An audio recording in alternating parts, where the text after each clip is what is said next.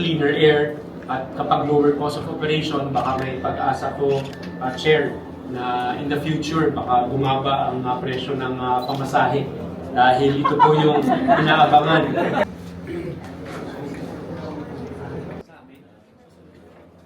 LTFRB Chairman Attorney Figure Mendoza, palakpak po natin ulit.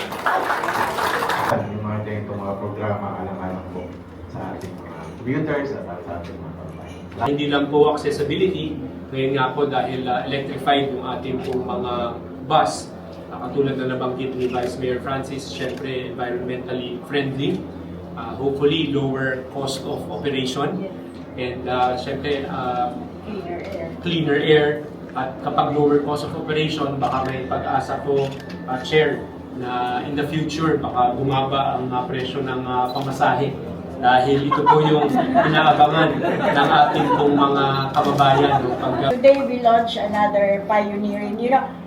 Bataan is known, sir, for being a pioneer. Pioneer the EPSA. The first EPSA was here. Yung nagkaroon ng conversion to workforce, nagkaroon parang diaspora. Dito rin because of the EPSA. The first oil refinery, the first nuclear plant, the first electric, dito rin. And this launch is also part of the province's pioneering efforts.